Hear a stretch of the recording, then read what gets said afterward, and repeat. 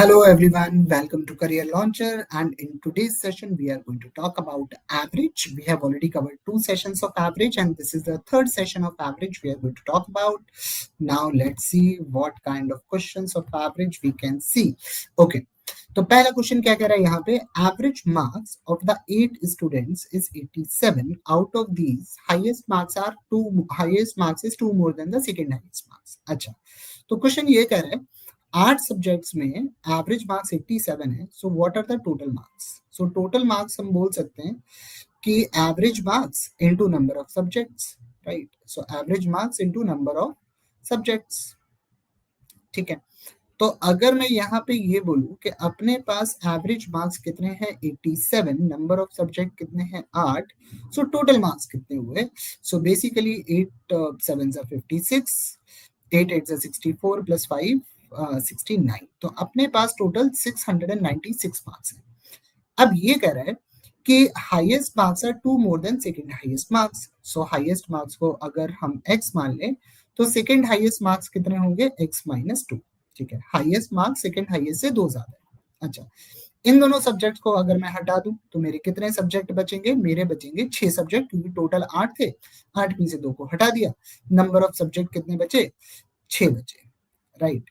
अब उन 6 सब्जेक्ट्स का एवरेज मार्क्स हमको गिवन है कि 85 है. ठीक है, सो उन 6 सब्जेक्ट से टोटल मार्क्स क्या होंगे? 8 6 40, 6 8 48, 6 5 30, कैरी ओवर 3, 6 8 48 प्लस 3 51. सो 6 सब्जेक्ट में टोटल 510 मार्क्स हैं. 8 सब्जेक्ट में टोटल 696 मार्क्स हैं. सो रिमेनिंग 2 सब्जेक्ट के मार्क्स कितने होंगे? वो होंगे 696 माइनस 510. तो यहाँ पे कितना आ जाएगा? यहाँ पे आ जाएगा दैट इज इक्वल टू 6. इसमें से गया 8 एंड आया 1. 186 मार्क्स हैं. और ये 2 सब्जेक्ट कौन कौन से हैं? Highest plus second highest. So यहाँ से अपना आ गया हाईएस्ट में x मार्क्स है, सेकंड हाईएस्ट में x माइनस 2 मार्क्स है. So 2x comes out to be 188. So x comes out to be 89. So highest marks उसके जो होने चाहिए वो कितने होने चाहिए? 89. तो अपना आंसर आ गया. ठीक है, सो इस तरीके से हम sorry it is going to be not sorry I made a mistake, it is going to be 94. So अपने मार्क्स कितने आने चाहिए? 94 जो होंगे वो हाईएस्ट मार्क्स होंगे. सेकंड हाईएस्ट मार्क्स कितने होंगे? 92. तो अपना यहाँ पे आंसर आएगा that is option A, that is 94 marks. Okay, चलिए अगला क्वेश्चन देखते हैं. अगला क्वेश्चन क्या कह रहा है? The total ages of class of 75 girls is 1050. मतलब टोटल 75 लड़कियां हैं और उनके जो टोटल सम है वो है 1050. ठीक है, अब ये बोल रहा है कि 25 लड़कियों की एवरेज एज जो है उसमें उस ग्रुप में जो 25 लड़कियां हैं उनकी एवरेज एज है 12. तो उन 25 लड़कियों की टोटल एज क्या होगी? सो उन 25 लड़कियों की टोटल एज होगी 25 इंटू 12, क्योंकि जो टोटल एज होगी वो average age into number of girls होगा. That comes out to be 300. ठीक है, अनादर 25 की 16 है. सो अनादर 25 की एवरेज एज क्या होगी? 25 इंटू 16. अनादर 25 की एवरेज एज आ गई कितनी? 400. ठीक है, टोटल एज क्या आ गई? 400. अब 75 लड़कियां हैं, उनकी एवरेज एज, उनकी टोटल एज 1050 है. उसमें से 25 की एज 300 है, 25 की एज 400 है. तो इन 50 लड़कियों की एवरेज एज की टोटल एज कितनी आएगी? 700. सो 75 में से 50 लड़कियों की एज आ गई अपनी 700. तो बाकी बची हुई 25 लड़कियों की एज कितनी होगी? 1050 में से 700 माइनस कर देंगे तो कितना आ जाएगा? 350. तो 25 लड़कियों की टोटल एज 350 है. तो 25 लड़कियों की जो एवरेज एज होनी चाहिए वो क्या होनी चाहिए? एवरेज एज जो होगी वो होगी total age that is 350 divide by number of girls that is 25. तो इसको हम डिवाइड करेंगे 25 25 1 25 10 100 25 इंटू 4 सो यहाँ पे टोटल एज क्या आ जाएगी? 14 ईयर्स. चलिए अगला क्वेश्चन देखते हैं. अगला क्वेश्चन क्या कह रहा है? Average age of the 5 children of a family is 11 years. So 5 बच्चों की जो एवरेज एज है वो 11 साल है. तो 5 बच्चों की एवरेज एज 11 है तो टोटल एज क्या होगी? 55. ठीक है, ये टोटल एज है. Average age of their parents and grandfather, मतलब टोटल 3 लोग हैं और 3 लोग की एवरेज एज क्या है? 35. सो टोटल एज क्या होगी? 3 इंटू 35. सो टोटल एज आ गई 105। अब अपने पास टोटल लोग क्या हो गए फैमिली में, टोटल 8 लोग हो गए और 8 लोगों की टोटल एज क्या होगी 160, क्योंकि पेरेंट्स और ग्रैंड पेरेंट्स की टोटल एज 105 है और 5 बच्चों की टोटल एज 55 है। तो 8 लोगों की टोटल एज कितनी हो गई 160।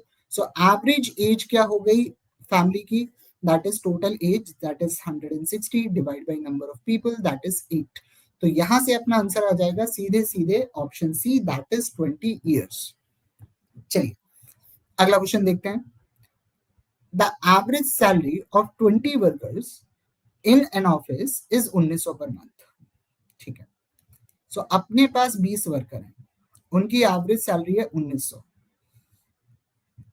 तो उनकी टोटल क्या होगी, टोटल होगी 1900 इंटू 20, वो अपनी आ जाएगी कितनी, दैट इज इक्वल टू 38,000। 38,000 जो है वो टोटल वर्कर्स की सैलरी है।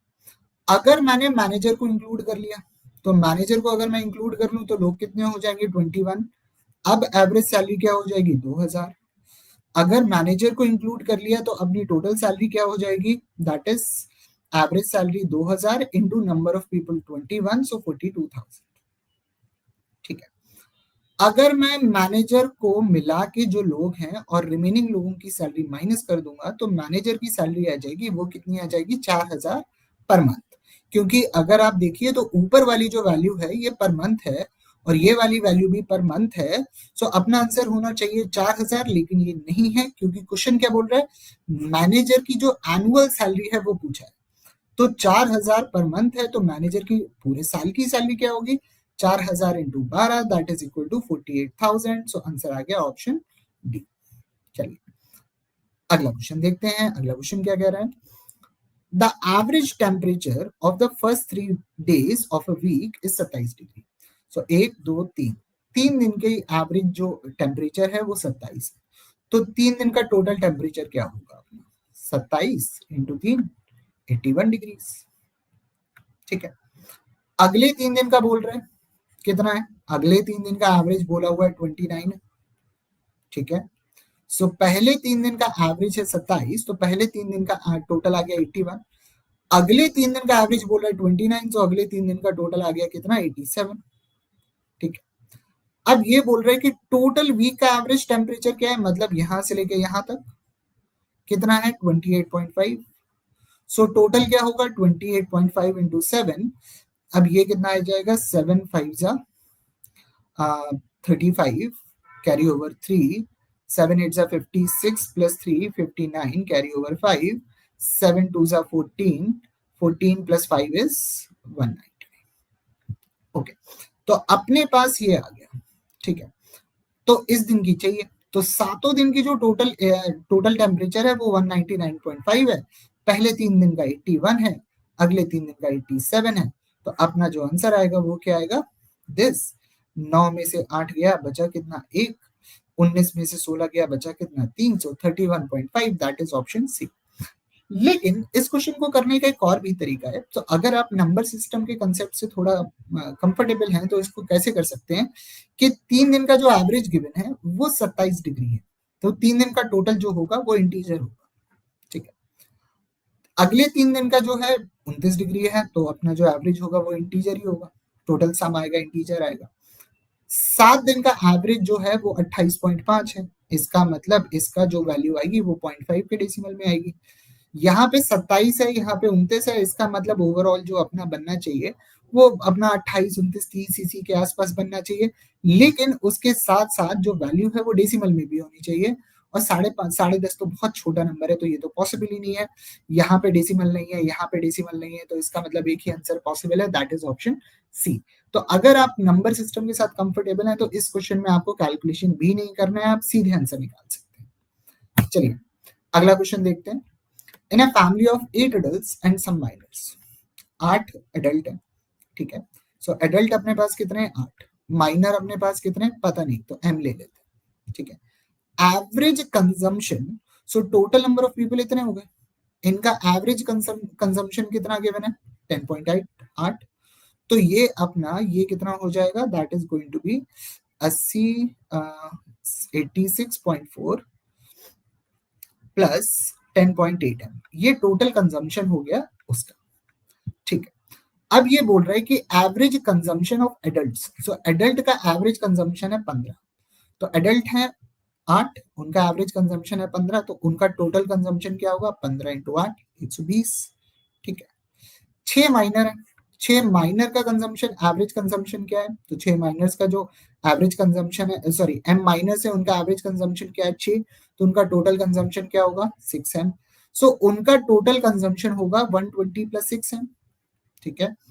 और वो जो वैल्यू है वो इसके बराबर है, तो इसका मतलब हम इसको बोल सकते हैं 86.4 प्लस 10.8 एम, तो यहां से आ जाएगा 4.8 एम इज इक्वल टू 33.4, ठीक है। डेसिमल हटा दिया, डेसिमल हटा दिया, हम किससे काट सकते हैं, एक काम करते हैं, इसको सीधे सीधे ऐसे ले लेते हैं, ये 50 है तो ये वैल्यू 6 से बड़ी होनी चाहिए थोड़ी सी, अगर 6 से बड़ी होनी चाहिए तो हम इसको क्या कर सकते हैं, दैट इज इक्वल टू, हम डिवाइड करेंगे तो कितना आएगा, 3 से जाएगा क्या ये, that is equal to, this is okay, sorry यहाँ पे 33.6 आना चाहिए, ये मिस्टेक हो गई। तो अगर मैं 50 से डिवाइड करूंगा, इसको मैं 50 ही मान लेता हूँ, तो 50 से अगर मैं डिवाइड करूंगा तो मेरी वैल्यू आनी चाहिए 6 पॉइंट समथिंग, तो अगर मैं 50 से छोटे नंबर से डिवाइड करूंगा तो 6 पॉइंट समथिंग से थोड़ी बड़ी होनी चाहिए, तो अपना आंसर एक ही हो सकता है, दैट इज ऑप्शन सी।